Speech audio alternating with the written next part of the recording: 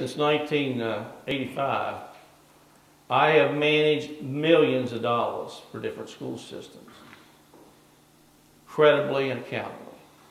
I inherited Mason County in deficit, brought them out of deficit. I guess I'm inheriting this county in deficit, and Mr. Rotary and I are going to take you out of deficit. When I left Mason County, Mason County is not a poor county. It's a county different than your county. It has 4,300 students, you have 4,600. The difference there is they have the means to raise resources. They have 2 power plants. They have a alloys plant. They have a chemical plant. They have a plastics polymers plant on top of a lot of other valued assessments. You don't have that here, unfortunately. One of the last things I led was a levy renewal there. Their levy renewal pays out $4.5 million a year. The first line item on their levy is for capital improvements, maintenance, and the intent of that line item was to pay significantly against the expenses that remain on the project costs that they had in place. No secret, no unfunded issues left behind.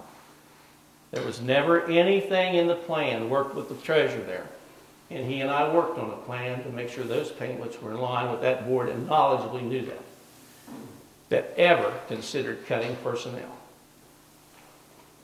Ever.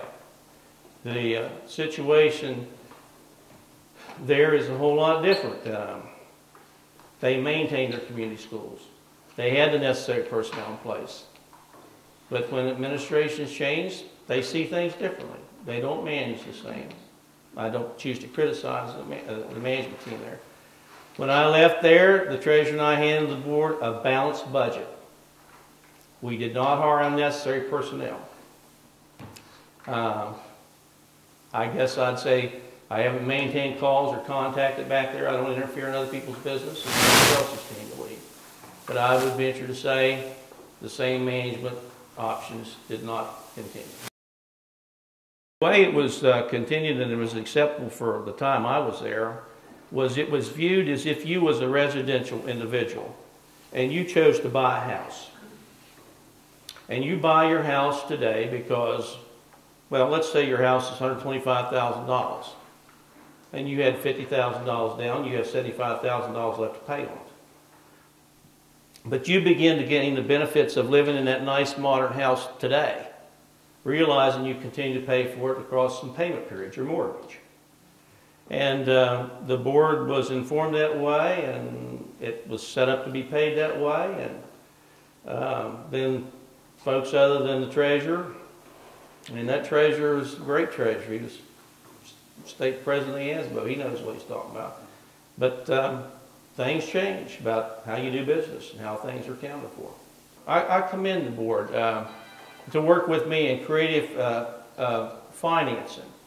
There was extra lease purchases taken out that pay off across a period of time that made those things happen today. Take them out at small interest, pay them off 8, 10, 12 years, over with.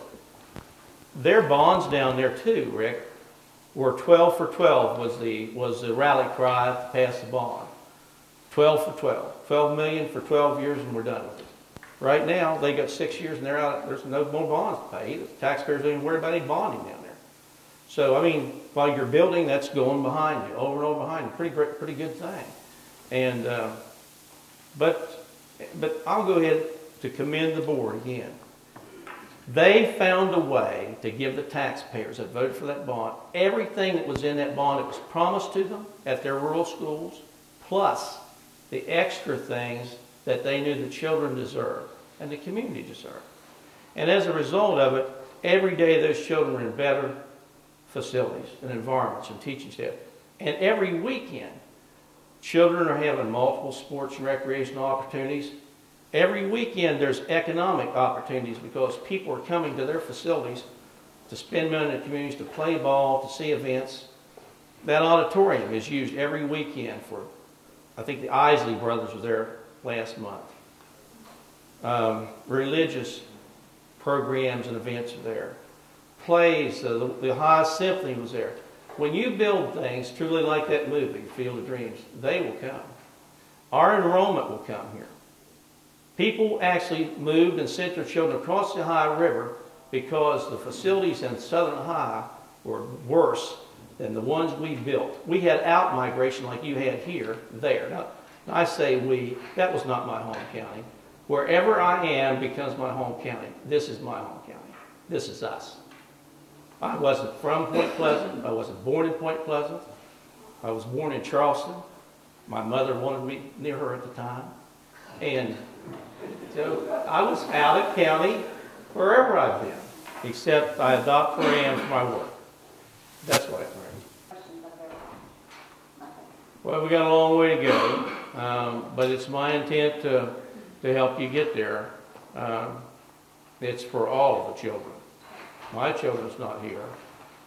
My children did go through the school system in Point Pleasant while we were there. They went through it while the schools weren't too good. We left it behind for another generation. That's what we have to convince the people in our community, is it's not always about us today.